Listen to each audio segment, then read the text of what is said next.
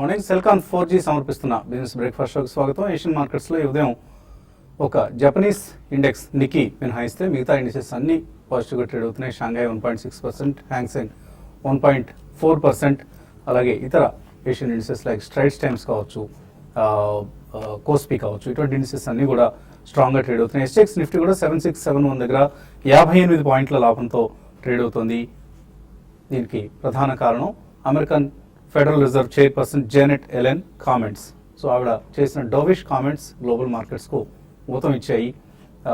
Dovish అంటే మనం ఎప్పుడు తరచుగా వివరించేదే. సో డోవిష్, హాకిష్ అంటూ రెండు రకాలుగా ఫెడరల్ సెంట్రల్ బ్యాంక్స్ గవర్నర్స్ ఇచ్చే కామెంట్స్ను అభివర్ణిస్తూ ఉంటారు. డోవిష్ అంటే వడ్డీ రేట్లు సాఫ్ట్గా ఉంటాయి, తగ్గే ఉంటాయి, పెరగవు అన్న విధంగా అర్థం వచ్చేలా కామెంట్ చేస్తే డోవిష్ కామెంట్స్ అంటారు. సో అటువంటి ఒక డోవిష్ కామెంట్స్ను జెనెట్ ఎలెన్ నిన్న న్యూయార్క్ క్లబ్లో ఆవిడ ఇచ్చిన ఒక ఇంటర్వ్యూలో చెప్పారు. అమెరికన్ ఆర్థిక వ్యవస్థ ఇంకా పూర్తిగా తేరుకోలేదు. వడ్డీ రేట్ల పెంపు అనేది ఒక్కదుటిన చేయగలిగింది కాదు. ఇది రెగ్యులర్గా, గ్రాడ్యువల్గా, నిదానంగా పెంచుతాం. ఈ వడ్డీ రేట్లు మేబీ ఈ సంవత్సరం మొత్తంలో కలిపి ఒక 2-3 సార్లుగా ఉండొచ్చు అంటూ ఆవిడ ఈ 2-3 సార్లు అన్న మాట వాడలేదు కానీ బట్ ఆ అర్థం వచ్చే విధంగా గ్రాడ్యువల్గా ఉంటాయి, నిదానంగా ఉంటాయి, ఏమీ తొందరపడేది లేదు అంటూ స్పష్టంగా చెప్పడం జరిగింది. సో స్టిమ్యులస్కు Federal Reserve has considerable scope for stimulus. అంటే స్టిమ్యులస్ ఇప్పుడు ఏదైతే లాస్ట్ ఫ్యూ ఇయర్స్గా ఒక విధానంగా కొనసాగిందో ఆ విధానం ఇంకా కొనసాగుతుంది అంటూ యుఎస్ ఫెడ్ చైర్పర్సన్ చెప్పడం జరిగింది. ఈ కామెంట్స్ మార్కెట్స్ ఊహించినవే, ఎవరు కూడా హాకిష్గా ఉంటాయని ఎవరు అనుకోలేదు. కానీ మరొకసారి మార్కెట్స్ పాజిటివ్గా స్పందిస్తున్నాయి ఈ కామెంట్స్కి అనుగుణంగా. భవిష్యత్తులో వడ్డీ రేట్లు క్రమేపీ పెరుగుతాయి అంటూ ఎలెన్ స్పష్టం చేయడంతో ఇక ఇండియన్ మార్కెట్స్ కూడా నిన్న మొన్నటి నష్టాల నుంచి తేరుకొని ఇవాళ ఒక గ్యాప్ అప్ ఓపెనింగ్తో ఓపెన్ అయ్యే అవకాశాలు కనిపిస్తున్నాయి. అండ్ ఎఫ్ఐ ఇన్ఫ్లోస్ ఇండియన్ మార్కెట్స్లోకి కొనసాగుతూనే ఉన్నాయి. నేను కూడా ఎఫ్ఐస్ అంతా సెల్లింగ్ వస్తున్నా కూడా 513 crores వర్త్ స్టాక్స్ వాళ్ళు కొనడం జరిగింది. డొమెస్టిక్ ఇన్స్టిట్యూషన్ ఇన్వెస్టర్స్ కూడా వాళ్ళ సెల్లింగ్ ప్రాసెస్ను కొనసాగిస్తూనే కొద్దిగా వాల్యూమ్ తగ్గించారు. మొన్న మనం చూసాం 2500 కోట్ల వర్త్ స్టాక్స్ వాళ్ళు మండే రోజు అమ్మారు.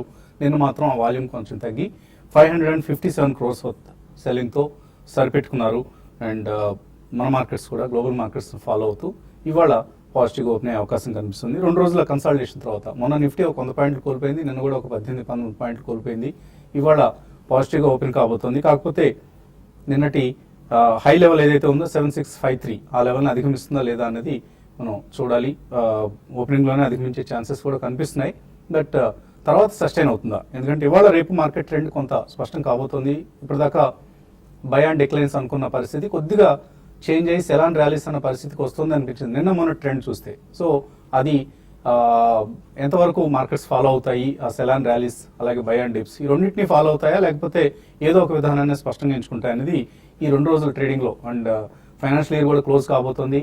నెక్స్ట్ ఫైనాన్షియల్ ఇయర్లోకి April 1 నుంచి అడుగు పెడతాం కాబట్టి ఇన్స్టిట్యూషనల్ అడ్జస్ట్మెంట్స్ కూడా పూర్తి అవుతాయి. ఇన్స్టిట్యూషన్స్ ఏవైతే వాళ్ళ NAV managements or profit booking or dividend distribution ఇటువంటి అంశాలన్నిటికీ ప్రస్తుతం ఇంపార్టెన్స్ ఇస్తూ ఉంటాయి. ఈ ఇంపార్టెన్స్ April 1 నుంచి మళ్ళీ ప్రయారిటీస్ మారుతూ ఉంటాయి. ఈలోగా ట్రెండ్స్ చూస్తే ఫార్మా స్టాక్స్లో సెల్లింగ్ కొనసాగుతుంది. డెలివరీ బేస్డ్ సెల్లింగ్ చూసాను నిన్న. లూపిన్లో అరౌండ్ 650 crores వర్త్ స్టాక్స్ వాళ్ళు అమ్మడం జరిగింది. అలాగే సన్ ఫార్మా, సిప్లా ఇటువంటి కౌంటర్స్ అన్నింటిలో కూడా డెలివరీ బేస్డ్ సెల్లింగ్ చూస్తున్నాం. యుఎస్ ఎఫ్డిఏ కన్సర్న్స్తో యుఎస్ ఎఫ్డిఏ ఏవైతే ఇన్స్పెక్షన్స్ చేస్తూ ఆయా ప్లాంట్స్కి సంబంధించి అబ్జర్వేషన్స్ ఇష్యూ చేస్తున్నారో దానికి అనుగుణంగా ఫార్మా కౌంటర్స్లో వీక్నెస్ కనిపిస్తుంది మనకు మార్కెట్స్లో. అండ్ ఇది కొంత బయింగ్ ఆపర్చునిటీగా తీసుకోవచ్చు అని కూడా చెప్తున్నారు. దాని గురించి తర్వాత మనకి అనలిస్ట్ వివరిస్తారు. అలాగే మరొక కీలకమైన నిర్ణయం Tata steel. So e commerce సంబంధించి ఒక ప్రధానమైన వార్త వచ్చింది ఇవాళ. అండ్ టాటా స్టీల్కి సంబంధించి కూడా ఒక వార్త వస్తుంది. టాటా స్టీల్లో వాళ్ళ యూకే బిజినెస్ ఏదైతే ఉందో ఇంతకుముందు కోరస్ని టేక్ ఓవర్ చేసి యూకే బిజినెస్ని వాళ్ళు ఎస్టాబ్లిష్ చేసుకోవడం జరిగింది. సో ఆ యూకే బిజినెస్ని ఇప్పుడు అమ్మివేద్దాం అన్న నిర్ణయానికి టాటా స్టీల్ వచ్చింది. దీనివల్ల కంపెనీకి 2 బెనిఫిట్స్ చేకూరుతాయి. ఒకటి, కొంత డెట్ రెడ్యూస్ చేసుకోగలుగుతారు, ఓవర్సీస్ డెట్, అలాగే అంటే ఫారిన్లో తీసుకున్న రుణాలు ఏవైతే ఉన్నాయో వాటిని తగ్గించుకోగలుగుతారు. టాటా స్టీల్కి మొత్తం గ్రూప్కి సంబంధించి Tata steel consolidated debt 80,000 crores ఉంది. స్టాండర్లోన్ 30,000 crores ఉంది. ఓవర్సీస్ డెట్ 50,000 crores ఉంది. సో ఈ 80,000 crores డెట్ను కొంతైనా భారాన్ని తగ్గించుకోగలిగే అవకాశం వస్తుంది. రెండోది, కంపెనీ ప్రతి సంవత్సరం ఒక 2,000 కోట్ల రూపాయలు క్యాష్ నష్టపోతుంది, క్యాష్ బర్న్ చేస్తుంది అంటారు. సో అటువంటి పరిస్థితి నుంచి విముక్తి లభిస్తుంది. అండ్ రెండవ ప్రధాన డెవలప్మెంట్ మన ఇండియన్ కంపెనీస్ సంబంధించి ఈ కామర్స్ మార్కెట్ ప్లేస్లో ఆన్లైన్ మార్కెట్ ప్లేస్ అంటారు. సో అక్కడ ఆన్లైన్ మార్ట్స్లో 100% ఎఫ్డిఐని కేంద్ర ప్రభుత్వం అనుమతించింది. అంటే ఎవరైతే ఇన్వెంటరీ లేకుండా ఓన్లీ ఒక మధ్యవర్తిగా ఉండి ఆన్లైన్ మార్కెట్ ప్లేస్ నిర్వహిస్తున్నారో, లైక్ ఫ్లిప్కార్ట్ కావచ్చు ఆర్ స్నాప్డీల్, ఇటువంటి సంస్థలు, అలీబాబా లాంటి సంస్థలు ఇన్వెస్ట్ చేసిన ఈ కంపెనీల్లో 100% ఎఫ్డిఐకి ప్రభుత్వం ఇప్పుడు మార్గం సుగమం చేసింది. సో ఎవరైతే వాళ్ళు సొంతంగా ఇన్వెంటరీ మేనేజ్ చేసుకోకుండా, మెయింటైన్ చేయకుండా మార్కెట్ ప్లేస్ మాత్రం నిర్వహిస్తారో వాళ్ళకి 100% ఎఫ్డిఐ. దీన్ని ఇప్పుడు లాజిస్టిక్స్ కంపెనీస్కి వాళ్ళు లాజిస్టిక్స్ నెట్వర్క్ను కూడా వాళ్ళు ఎస్టాబ్లిష్ చేసుకోవచ్చు అంటూ ఒక వార్త వచ్చింది. సో ఇది లాజిస్టిక్స్ కంపెనీస్ కూడా పాజిటివ్ వార్త కాబోతుంది. సో ఈ రెండు రంగాలకు చెందిన సంస్థలు, అంటే ఇటు steel companies and online market companies, like మనకి చాలా very limited number of companies list అయి ఉన్నాయి. వీటికి అడిషనల్గా లాజిస్టిక్స్ కంపెనీస్లో కూడా ఇవాళ యాక్టివ్ ట్రేడింగ్ జరిగే అవకాశం కనిపిస్తుంది. ఇక మార్కెట్స్ పరిస్థితి గురించి మాట్లాడేందుకు మనతో ఎనలిస్ట్ జగన్నాథన్ గారు, అలాగే రాజేంద్ర గారు సిద్ధంగా ఉన్నారు. సో జగన్నాథన్ గారు, ఎటువంటి ఫండమెంటల్ చేంజెస్ మీరు గమనిస్తున్నారు మార్కెట్ ట్రేడింగ్ ట్రెండ్స్ పరంగా కావచ్చు, ఆర్ ఓవరాల్ ఇన్వెస్ట్మెంట్ అవుట్లుక్ కావచ్చు? నేను ఫెడ్ మీటింగ్ అదే ఎక్స్పెక్టెడ్ లైన్స్లోనే ఉందండి. సో దాంట్లో అట్లీస్ట్ ఇబ్బంది పడే స్టేట్మెంట్స్ ఏమి లేవు. అయితే ఈ సంవత్సరంలో 2 హైక్స్ అయితే ఉంటాయని ఇప్పటికీ నేను ఎక్స్పెక్ట్ చేస్తున్నాను. సో నేను స్టేట్మెంట్ వచ్చిన అంటే కొంచెం పోస్ట్పోన్ అవుతాము, కానీ 2 హైక్స్ ఇప్పటికీ ఉండొచ్చు. దీనివల్ల ఏంటంటే ఆర్బీఐ మానిటరీ పాలసీ ఏదైతే ఉంది April 5th Tuesday, almost guaranteed 25 basis point, maybe 50 basis point కూడా ఛాన్స్ రావచ్చు. ఆల్రెడీ గవర్నమెంట్ ఇంట్రెస్ట్ రేట్స్ తగ్గించేటప్పటికి ఇప్పుడు ఆర్బీఐ మీద ఒక రకంగా డబుల్ ప్రెషర్ అనమాట. ఫెడ్ ఏమో ఇంట్రెస్ట్ హైక్ చేయట్లేదు, గవర్నమెంట్ ఏమో అగ్రెసివ్గా రేట్ కట్ చేస్తుంది కాబట్టి. సో 25 వస్తే market made get disappointed in the sense at least 50 now is appearing to be more likely scenario. So అది ఆర్బీఐ మీటింగ్ ఆ పాయింట్ ఆఫ్ వ్యూ ఇంపార్టెంట్ అవుతుంది. మళ్ళీ ఎఫ్&ఓ ఎక్స్పైరీ పాయింట్ ఆఫ్ వ్యూలో next 1 or 2 days most of the trading ఎఫ్&ఓ related ట్రేడింగే ఉండొచ్చు. So market ఇవాళ 60-70 పాయింట్స్ ఓపెన్ అప్ గ్యాప్ అయినా కూడా ఆ తర్వాత ఎఫ్&ఓ related equation will come back into the picture. తర్వాత రిజల్ట్ సీజన్ అండి. రిజల్ట్ సీజన్ సస్టైనబిలిటీ వస్తేనే ఇప్పుడు ఈ మొత్తం కథ మొత్తానికి ఆ సస్టైనబిలిటీ అనేది వస్తుంది. లేదంటే ర్యాలీ వచ్చినా కూడా ఏమంటే అది సస్టైన్ అవటం. ఇది ప్రస్తుతానికి ఓన్లీ లిక్విడిటీ డ్రివెన్ ర్యాలీ కాబట్టి ఫారెన్ ఇన్స్టిట్యూషనల్ ఇన్వెస్టర్స్ తీసుకొస్తున్న మనీ ఓన్లీ వస్తుంది ర్యాలీ. అది ఎర్నింగ్స్ వస్తే సస్టైన్ అవుతుందండి. సో అది మనకి ఈ రిజల్ట్స్ తర్వాత వస్తుంది. ఎందుకంటే గవర్నమెంట్ వచ్చిన తర్వాత ఆల్మోస్ట్ 8 quarters అయినాయి. ఇప్పుడు 8 quarters నుంచి everybody expecting every time something good will happen. But results point of view ఇప్పటివరకు అంత ఎక్సైటింగ్ రిజల్ట్స్ అయితే రాలేదు. టాటా స్టీల్ పాయింట్ ఆఫ్ వ్యూలో చూస్తే అది ఓవరాల్ 1 full decade సైకిల్ అయినట్టు. సో 2007-2008లో మొదలైన కదా, ఇప్పుడు మళ్ళీ 2016-2017 అయ్యేటప్పటికి. So in a sense it was a wrong acquisition to start with. అంటే మొదట్లోనే అసలు రాంగ్ అది. ఇప్పుడు they are trying to correct the mistake. అలానే హ్యావెల్స్ బాట్ సిల్వేనియా, అది వాళ్ళు కూడా they realise that it's not working in Europe. Valuation వస్తుంది అన్నది ఇక్కడ ప్రశ్న. ఇప్పుడు మొత్తం company $4.5 billion market cap and Tata Steel currently. అప్పుడు వాళ్ళు $12 billion ఇచ్చుకున్నారు, అంటే almost 2 to 3 times of their size ఇచ్చుకున్నారు. ఇప్పుడు వాళ్ళు కనుక $12 billion వచ్చిన, లేకపోతే దాంట్లో అట్లీస్ట్ $10 billion వచ్చిన, అట్లీస్ట్ డెట్ అవుట్ రికవర్ చేసుకోవచ్చు. ఓవరాల్ కంపెనీ అప్పుడు ఒకవేళ డీల్ అవుతే there is a good chance that Tata Steel may move towards 500. నష్టాల్లో ఉన్న యూకే బిజినెస్ కి అంత వాల్యుయేషన్ వస్తుంది. ఇంకొకటి అసలు బయర్ ఉంటారా లేదా అనేది వచ్చినా కూడా డిస్ట్రెస్డ్ వాల్యుయేషన్ లో అయ్యే డీలే కానీ, అంటే ఎక్సైటింగ్ వాల్యుయేషన్స్ రాకపోవచ్చు. అయితే అప్పుడు కొన్నప్పుడు రూపీ డాలర్ బాగా చేంజ్ వచ్చిందండి. అప్పుడు వాళ్ళు కొన్నప్పుడు 40లో ఉంది, ఇప్పుడు 66 ఉంది. కాబట్టి ఏంటంటే వాళ్ళకి అదే $12 billion వస్తే వాళ్ళకి ఆల్మోస్ట్ 50% గెయిన్ వచ్చినట్టు. ఎందుకంటే అప్పుడు వాళ్ళు 40లో కొన్నారు, ఇప్పుడు ఏంటంటే అది రూపీలో కన్వర్ట్ చేస్తే 66లో వాళ్ళకి అడ్వాంటేజ్ వస్తుంది కాబట్టి. సో 50% ఫారెక్స్ గెయిన్ ఉంటుంది. కానీ బయర్ ఉంటారా లేదా అనేది ఇంకొక ఈక్వేషన్. ఓకే, ఫార్మా పరిస్థితి ఏంటి? ఫార్మాలో దీని ఒక బయింగ్ ఆపర్చునిటీకి తీసుకోవచ్చా? ఇది ఒక షార్ట్ టర్మ్ పెయిన్ గానే భావించి బయింగ్ ఆపర్చునిటీ తీసుకోవచ్చు? ఇప్పుడే కాదే ఉన్న ఉద్దేశం. ఎందుకంటే జనరలీ హిస్టరీలో తెలిసింది ఏంటంటే అట్లీస్ట్ ఒక ఎఫ్డీఐ వస్తే అట్లీస్ట్ 24 months, అంటే ఒక 2 years అయితే minimum repair work companies time పట్టుద్ది అనమాట. సో ఏ కంపెనీ తీసుకున్నా, లూపిన్ తీసుకున్నా, డాక్టర్ రెడ్డి తీసుకున్నా, ఏది తీసుకున్నా కూడా, నాట్కో తీసుకున్నా, ఇట్ విల్ టేక్ టైం. అంటే అంత తొందరగా రిపేర్ అవుతుంది. కంపెనీస్ డ్యామేజ్ మరీ ఎక్కువ. Exactly. 50% of their sales go up. అందుకని ఒక 1 year అయినా అట్లీస్ట్ వదిలేసి ఇంకా లెవెల్స్ లోకి వెళ్ళినప్పుడు, ఇంకా డిస్ట్రెస్ బాగా పెరిగిపోయినప్పుడు, ఏదో ఫార్మా కంపెనీస్ పర్సెప్షన్ పర్సెప్షన్. అప్పుడు మెల్లిమెల్లిగా లోవర్ లెవెల్స్లో బయింగ్ చేయడం. కానీ ఒక 10-20% పడింది కదా అని కొనే ఇప్పుడు FDI related problems can be very serious actually. So అందుకని ఏంటంటే ఒక 10-20% పడింది కదా అని కొనే టాపిక్ కాదు, అంటే పాయింట్ కాదేమో అని మా ఉద్దేశం. ఇంకొంచెం వెయిట్ చేయడమే ఉత్తమం. అందులో వాల్యుయేషన్స్ అన్ని బాగా క్యాచ్అప్ అయినాయండి. ఎందుకంటే 2011-12లో ఓవరాల్ మార్కెట్ బేరిష్గా ఉన్నప్పుడు ఒక ఫార్మా ఒకటే బుల్ మార్కెట్లో ఉంది అప్పుడు. కాబట్టి ఏంటంటే అప్పటి నుంచి 2011 నుంచి మొదలై 2015 almost 5 years without stop bull market ఏదైతే ఉందో ఫార్మాలో వాల్యుయేషన్స్ అన్ని చాలా హై లెవెల్స్కి వెళ్ళిపోయినాయి. ఇప్పుడు రెండు విషయాలు అవుతాయి. ఒకటి ఓవర్ వాల్యుయేషన్ కరెక్ట్ అవ్వాలి, రెండు ఎఫ్డీఐ రిలేటెడ్ ప్రాబ్లమ్స్. ఈ రెండు ఒకేసారి కరెక్ట్ అయ్యేటప్పటికి ఏంటంటే స్టాక్స్ ఇంకా పడొచ్చండి. సో కొద్దిగా వెయిట్ చేసుకుంటమే బెటర్ ఏమన్నా ఉద్దేశం. ఓకే, సో టెక్నికల్గా పరిస్థితి ఎలా కనిపిస్తుంది? నిన్నటి సపోర్ట్ ఏదైతే మనం చూసామో 7580 ఆ సమీపంలో వచ్చిన సపోర్ట్, అక్కడ నుంచి మళ్ళీ ఎంత అప్సైడ్ కనిపిస్తుంది? I think totally range bound ఉండే అవకాశం ఉందండి. మనం గత కొన్ని రోజులుగా చెప్తున్నాం 100-day మూవింగ్ యావరేజ్ అయితే 7589 ఉందో కరెంట్లీ, ప్రాబ్లీ అక్కడ ఒక గట్టి సపోర్ట్ ఉండే ఛాన్స్ ఉందని. ఐ థింక్ రేంజ్ అనేది మనకి నెక్స్ట్ 2 days లో ఎక్స్పైరీ కూడా ఉంది కాబట్టి ప్రాబ్లీ 7670 నుంచి 7570 మధ్యలో రేంజ్ ఉండే అవకాశం ఉంది. బట్ ఏదైనప్పటికీ ఐ థింక్ షార్ట్ టర్మ్కి అయితే మనకి ఓన్లీ సెల్ సిగ్నల్సే రావటం చూస్తున్నాం చార్ట్, డైలీ చార్ట్స్ ప్రకారం. ఒకరోజు ఏదైతే హ్యామర్ చూసామో, ఒకరోజు doji formation and next engulfing bars ఏవైతే ఉన్నాయో అన్ని సెల్కే ఇండికేషన్ మనకి ఇస్తున్నాయి. సో షార్ట్ టర్మ్ ట్రేడర్స్ ఎవరైతే ఉన్నారో సెల్ ఆన్ ర్యాలీస్గా చెప్పుకోవచ్చు. ఈ స్టేజ్లో ప్రాబ్లీ లాంగ్ పొజిషన్స్ అన్ని అన్వైండ్ చేసి మేబీ మళ్ళీ ఒక బ్రేక్అవుట్ కోసమే వెయిట్ చేయాలని చాలా స్ట్రాంగ్ ఇండికేషన్ ఇస్తుంది. సో 7670 అబోవ్ ప్రాబ్లీ ఇంకొంచెం అప్ మూవ్ వెళ్ళే ఛాన్స్ ఉంది, మేబీ ఒక 30 or 40 points. బట్ డెఫినెట్లీ ఆ రేట్ వస్తే కనుక 7670 నుంచి 77 మధ్యలో షార్ట్ పొజిషన్స్ తీసుకోమని చెప్తాను for the next 3 or 4 days. With 7749 previous swing high ఏదైతే ఉందో ఈ వీక్ హై, అది స్టాప్ లాస్ పెట్టుకుని.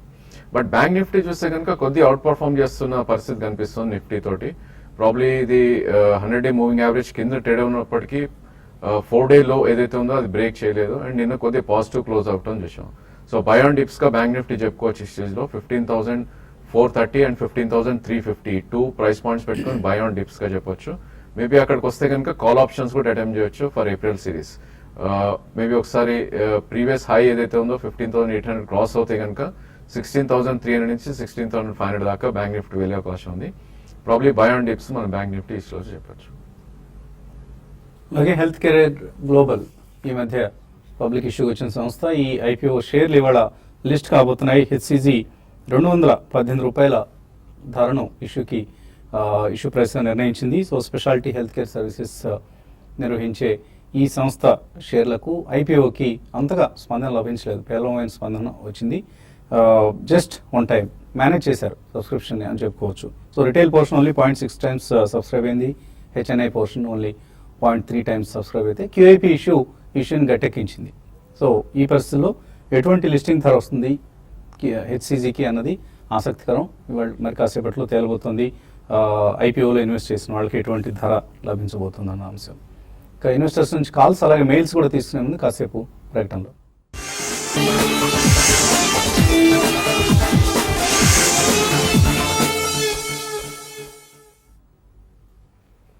సెల్కాన్ 4G సమర్పిస్తున్న బిజినెస్ బ్రేక్ఫాస్ట్ షోకి తిరిగి స్వాగతం. ఎస్ఎక్స్ నిఫ్టీ 7667 దగ్గర 54 పాయింట్ల లాభంతో ట్రేడ్ అవుతుంది. సో ఒక గ్యాప్ అప్ ఓపెనింగ్ కోసం మార్కెట్స్ సిద్ధం అవుతున్నాయి. కాలర్స్ లైన్ లో ఉన్నారు. మొదటి కాలర్ నర్సాపురం నుంచి శివ.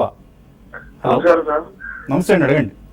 నేను రాజేంద్ర గారిని అడుగుతున్నానండి. హెచ్డిఎల్ లో 100 రూపాయలు ఉన్నాయి నా దగ్గర, 16 షేర్లు. అవి ఏం చేయమంటారు అనేసి అడుగుతున్నానండి. హెచ్డిఐఎల్ హోల్డ్ చేయొచ్చా? ఐ థింక్ డెఫినెట్లీ దీనిలో ట్రేడ్ చేయాలండి మనం. It's a high beta stock గా చెప్పుకుంటాం. సో ఈ స్టాక్ మనకి చూస్తే కనుక లాస్ట్ 12 months గా 143 నుంచి ఆల్మోస్ట్ మంత్ లో 57.5 దాకా రావడం చూసాం. ఇది every time 200-day moving average వెళ్ళినప్పుడు ఒక గట్టి రెసిస్టెన్స్ వస్తుంది.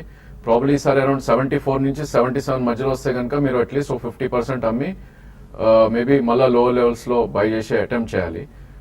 ప్రాబ్లీ ఐ థింక్ ఇది హోల్డ్ చేసినా కూడా డెఫినెట్లీ మీ రేట్ అయితే వచ్చే అవకాశం అయితే కనిపించలేదు. ఓన్లీ థింగ్ మీరు చేయగలిగేది అంటే ట్రేడింగ్ చేసి మీ కాస్ట్ ఆఫ్ యావరేజ్ మీరు తగ్గించుకుంటే probably that would be good idea. తర్వాత కాలర్ ఆదిలాబాద్ నుంచి Srinivas. Hello,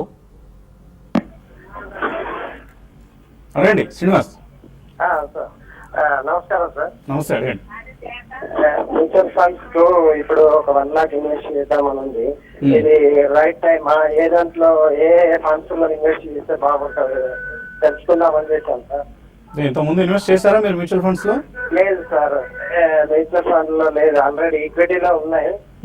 1 lakh high risk లేకుండా చేద్దామని ఉంది. రిస్క్ లేకుండా అంటే పూర్తిగా రిస్క్ లేకుండానా, మీరు కొద్దిగా రిస్క్ తీసుకోగలరా? అదే ఒక 15 years లాంగ్ టర్మ్ లో పడ్డా కానీ వేసేటట్టు ఉండాలి సార్. 15 years పీరియడ్ పెట్టుకున్నాను. అయితే 1 lakh మరి ఏ ఫండ్ లో ఎట్లా ఇన్వెస్ట్ చేస్తే మనకు రిస్క్ లేకుండా హై రిటర్న్స్ వచ్చేటట్టు ఉన్నాయో చెప్పండి. ఓకే అండి, సో మీరు 15 years అంటున్నారు, లాంగ్ టర్మ్ అంటున్నారు కాబట్టి ఎప్పటికప్పుడు పీరియాడికల్ గా ఫండ్ పెర్ఫార్మెన్స్ రివ్యూ చేసుకుంటూ ఇన్వెస్ట్మెంట్స్ ఈక్విటీ మ్యూచువల్ ఫండ్స్ లోనే చేయండి. ప్రధానంగా లార్జ్ క్యాప్ ఫండ్స్ లో ఇన్వెస్ట్ చేయండి.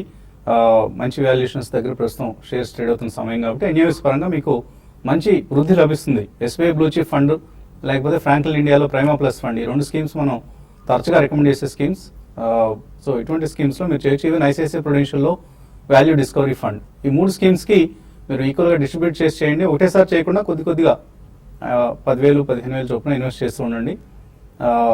మంచి రిటర్న్స్ వస్తాయి మీకు లాంగ్ రన్ అంటున్నారు కాబట్టి డెఫినెట్లీ ఈక్విటీ మ్యూచువల్ ఫండ్స్నే రికమెండ్ చేస్తున్నాం మేము.